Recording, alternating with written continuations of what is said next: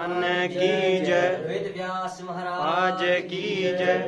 तो सबसे पहले ऐसे पुण्य धाम में बैठने का मौका भी हर किसी को नहीं मिलता है। भाग्योदयेन बहुजन्म समर्जितेन सतसंगमं जलपते पुरुषो यदा वे। भाग्योदयेन बहु, एक ही जन्म के नहीं, जब जन्म जन्मांतरों के भाग्यों के पुण्यों का उदय होता तभी तो ऐसे स्थान में बैठने का मौका मिलता है। तो ये वेद व्यास जी की प्राचीन मूर्ति, पुरानी मूर्ति, वेद व्यास जी की नई मूर्ति 96 की, भगवान विष्णु व्यासाय विष्णु रूपाय, भगवान विष्णु का 17वां अवतार व्यास जी का हुआ। व्यास जी के पुत्र सुखदेव जी और लास्ट वल्लभाचार्य जी। तो वेद व्यास जी ने इसी पावन गुफा में बैठ करके हमारे जितने भी ग्रंथ, वेद, पुराण, शास्त्र हैं, सबकी रचना यहीं पे की थी। लेकिन महाभारत लिखने के लिए गणेश जी की स्तुति इसलिए करनी पड़ी, द्वापर का अंतिम समय था और कलयुग आने वाला था। गणेश जी आए, गणेश जी ने शर्त रखी, सुते तत्प्राह विघ्नेषु यदि मैं लेखनी क्षण, लिखते वक्त मेरी लेखनी क्षण भर भी रुकनी नहीं चाहिए। वेद व्यास रुक गई तो आगे नहीं चले, क्योंकि गणेश जी दोनों हाथों से लिखा करते थे। तो यहाँ से वेद व्यास जी महाभारत बोलते गए और नीचे गणेश गुफा में गणेश जी लिखते गए। महाभारत के बाद भी वेद व्यास जी को आत्म संतुष्टि नहीं हुई और इस स्थान को छोड़ करके चल पड़ते हैं सरस्वती नदी के किनारे, उदास होकर के बैठ जाते हैं। नारद मुनि देखते हैं, नारद जी आते हैं, कहते हैं कि भगवान आप इतने उदास क्यों हैं? तो वेद व्यास जी कहते हैं मैंने इतने ग्रंथों का लेखन कर दिया, वेद पुराणों की रचना कर दी, तब भी ये चित्त शांत नहीं हो रहा है। नारद जी कहते हैं कि भगवान जब तक तुम पीवते भागे वैतम रसमालयम, जब तक तुम भागवत रूपी रस का पान अपने भक्तजनों में नहीं बांटोगे तब तक तुम्हें संतुष्टि नहीं मिलेगी।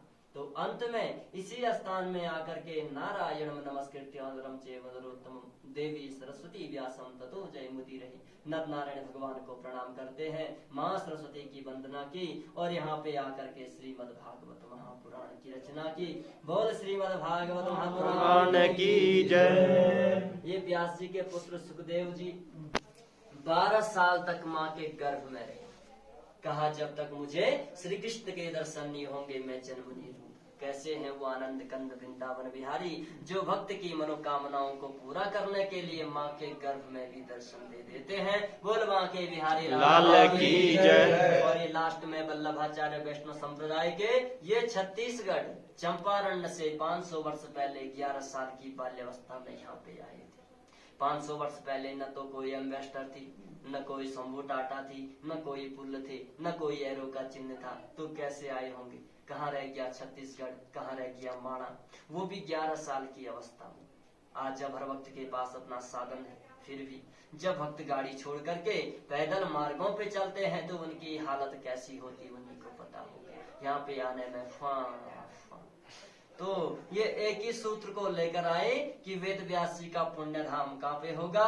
जहाँ पे ब्रह्मनद्याम सरस्वत्या माश्रम पश्चिमी तटे सम्या प्रासदी प्रोक्त और चीणाम सत्रवर्धनम तस्मिन् स्व आश्रमे व्यासो बद्री षण्ड मंडिते आसीनोपृश्यो पणिदत्तो मनस्य। ब्रह्म मतलब ज्ञान को देने वाली, जहाँ पे माँ सरस्वती बह रही हो आश्रम के पश्चिमी भाग में, सम्य प्रास नामक क्षेत्र जहाँ हो, बेर की झाड़ियां जहाँ पे हो, सोच लीजिए उसी स्थान पे वेद व्यास जी का पुण्य धाम होगा। तो बेर की झाड़ियां इस धाम पे क्यों हुई? जहाँ पे सरस्वती और अलकनंदा का संगम आपने देखा होगा, वो संगम को कहते हैं केशव प्रयाग। तो नारायण जी इसी स्थान में तपस्या में लीन थे, धीरे धीरे बैठ तपस्या करने लगे और आंधी तूफान बर्फबारी होने लगी। क्षीर सागर से माँ लक्ष्मी देखती है, उनको बड़ा दुख महसूस होता। तो माँ लक्ष्मी कहती है मैं अपने पति की सेवा किस रूप में करूं? तो माँ लक्ष्मी ने वहां पे जाकर के एक विशाल बेरी का वृक्ष बन करके नारायण जी के ऊपर से छाया कर दी। कई वर्षों बाद नारायण जी का ध्यान टूटा, लक्ष्मी को सेवा में पाया, कहा कि देवी मुझसे ज्यादा कष्ट तुमने किया, लिया जा तुम मुझसे आगे तुम्हारा नाम आए। जैसे कहते हैं राधे श्याम सीताराम। इसी तरह लक्ष्मी नारायण भगवान की जय। तो पेड़ को ही बद्री कहते हैं, इसीलिए बद्रीनाथ को बद्री नारायण के नाम से जाना जाता। बोल बद्री नारायण भगवान की जय। जब वल्लभाचार्य यहाँ पे आए, साक्षात वेद व्यास जी के दर्शन हुए, क्योंकि अश्वस्थामा बलिर्व्यासो हनुमानश्च विभीषण कृपा परशुरामश्च सत्येतैत्र जीविनो। वेद व्यास आज भी अजर अमर है। ये विशाल शिला जो दिख रही है, व्यास पोथी है। इसको बाहर से देखोगे तो अलग अलग पन्ने स्पष्ट दिखाई देते हैं। यही विशाल शिला द्वापर में भोजपत्र हुआ करती थी। जो ही कलयुग आया, पूरा पत्थर में अवतरित हो गया। बद्री विशाल में जो भोज भगवान विष्णु जी की मूर्ति है, वो मूर्ति किसी कलाकार ने नहीं बनाई, वो स्वयं भू विष्णु है। जब द्वापर का अंतिम समय था, कलयुग आने वाला था, तो भगवान विष्णु शालिग्राम पत्थर की मूर्ति में विराजमान हो गए और कहा कि जो भक्त श्रद्धा भक्ति से मेरे इस विग्रह के दर्शन करेंगे, उनको मेरे साक्षात दर्शनों का फल प्राप्त होगा। तो भागवत की बुक भी साक्षात कृष्ण स्वरूप होती। कलयुग आते ये भी पत्थर में अवतरित हो गया। एक समय ऐसा भी आ गया बीच में कि मूर्ति पूजना बंद हुआ, तो बद्री विशाल के पुजारियों ने मूर्ति को नारद कुंड में छुपा दी थी। जब पुनः मंदिरों में स्थापना होने लगी, बद्री विशाल में मूर्ति न होने के कारण तीनों लोक में हाहाकार मचा। तब भगवान शंकर के पास सारे देवी देवता गए थे और कहा कि तुम चिंता मत करो, मैं स्वयं आदिगुरु शंकराचार्य के रूप में जन्म लूंगा, मूर्ति को ढूंढूंगा। आदिगुरु शंकराचार्य जी को स्वप्न हुआ, तो देखते हैं मूर्ति नारद कुंड में है। आदिगुरु शंकराचार्य छोटी सी अवस्था में बद्रिका समा करके मूर्ति को उठा करके पुनः स्थापित की। स्थापित करने के बाद विश्वकर्मा के द्वारा ये भव्य मंदिर बनवाया गया।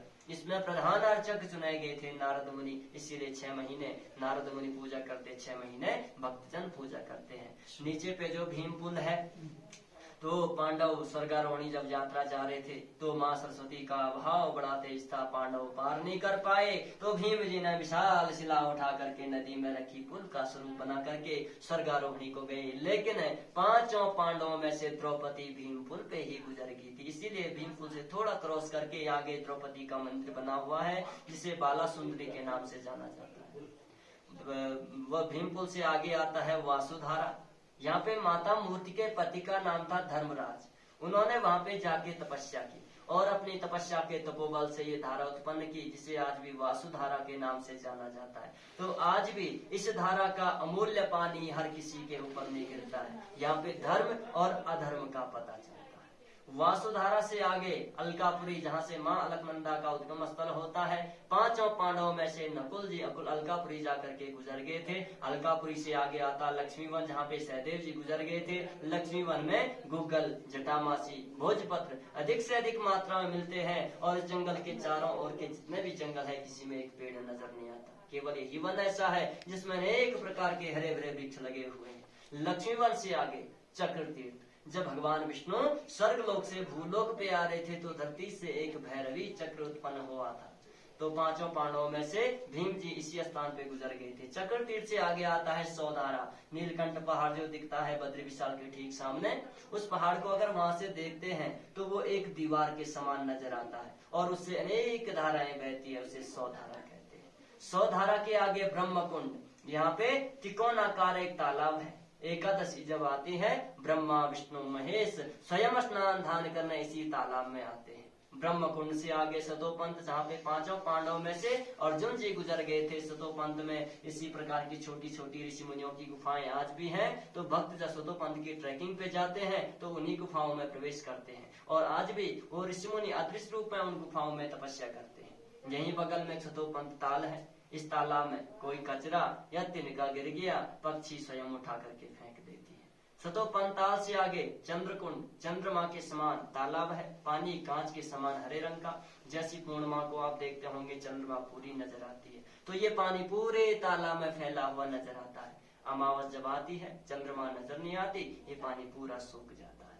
चंद्रकुंड के आगे स्वर्गारोहणी, यहाँ पे बर्फ से बनी सीढ़ियां हैं। सतोपंथ से आज भी स्वर्ग की 3 सीढ़ियां नजर आती हैं। चारों ओर ग्लेशियर हैं, ग्लेशियर टूटते ऑक्सीजन की कमी होती। जो भक्त यहाँ गए, थोड़ा सा भी पांव फिसल गया तो सीधे रामनगर। बोल बद्री विशाल भगवान की जय। इसीलिए वेद व्यासी ने भी लिखा कि बहूनि सन्ति तीर्थानि दिवि भूमो न शाश्वत बद्री सदृशे तीर्थे न भूतो न भविष्यति। इस रसमय भू क्षेत्र में अनेक प्रकार के पुण्य धाम है, पर जैसा पुण्य धाम ये बद्रिकाश्रम है ऐसा न तो हुआ न कभी होगा, क्योंकि भगवान इन्हीं वेद मंत्रों के अधीन है। अगर ये वेद मंत्र न होते तो भगवान की पहचान भी न होती।